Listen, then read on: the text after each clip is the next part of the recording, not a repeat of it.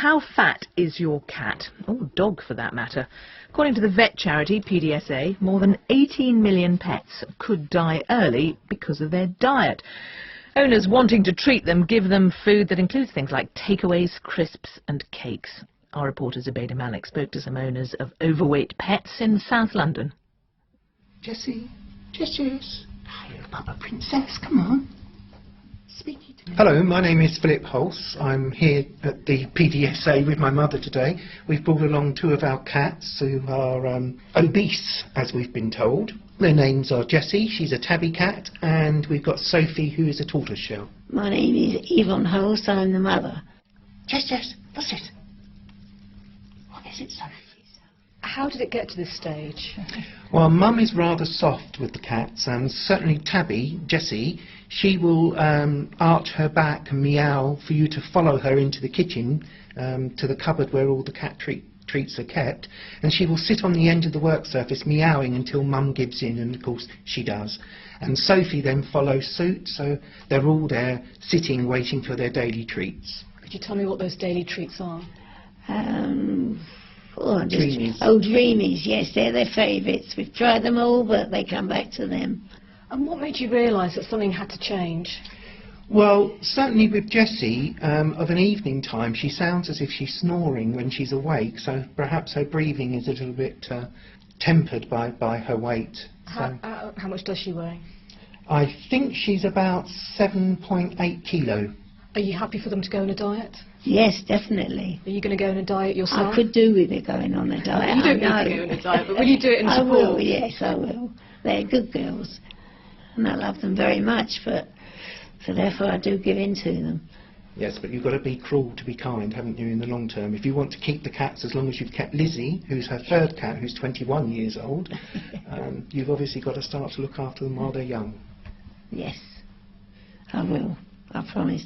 Hello, Bobby. All right? Good boy. Yeah? I'm Annette Green. I've got a dog called Bobby Green. It's a King Charles Spaniel. And how much does Bobby weigh? 21 kilos. How did it get to this stage, Annette, that he's quite overweight? Well, when we was having takeaways, we was giving him little bits and pieces. Then he has chewies and biscuits, and he's just piled the weight on gradually. What made you realise things had to change?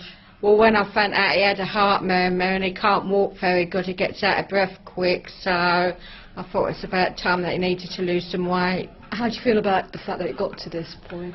Well, it's my fault that it's got to this point, but I'm doing something about it now, so that's the main priority.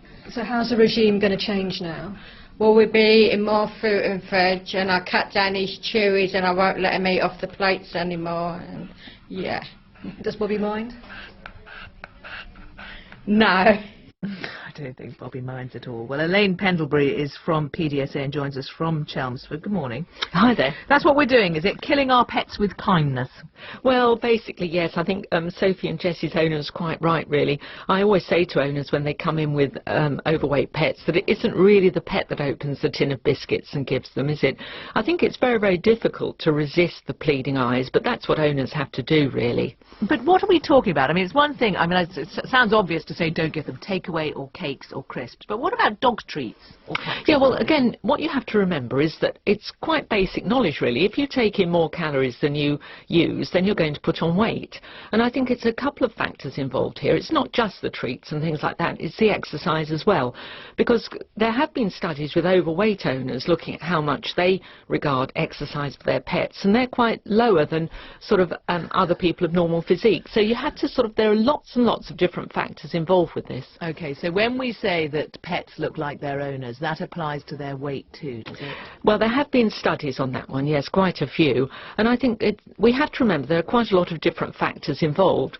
Because, for instance, you know, overweight owners are double the likelihood to feed their dogs table scraps. That was a study done way back in the 1970s. So that's something that PDSA, the charity that I work for, are particularly looking at, this sort of, you know, the way that people can get their pets to lose weight and how fantastic they are afterwards. That's what owners say to me. You know, they've recovered their kitten or their dog back to them once they've lost weight. Okay, so the obvious thing is take them for walks and not give them rubbish food, but can you give them some human treats? Well, you have to be very, very careful because things like chocolate are very poisonous to dogs and things like that. I always advise people to get advice from their vet or something like that if they're worried about their pet and they think it's a bit overweight, because of all the risks that can be involved, you know, the increase in arthritis, diabetes, that sort of thing. It's always best to get a check first of all. And if you look at our website, pdsa.org.uk, we've got tons of stuff on there about the appropriate diet to give to your pet. And I would think it's strange really, because I don't eat dog food and I don't eat a lot of hay, whereas we give animals sort of diets that we would eat really. Yeah, but there's a reason we don't eat dog food, and there's the same reason that we want to give them our food.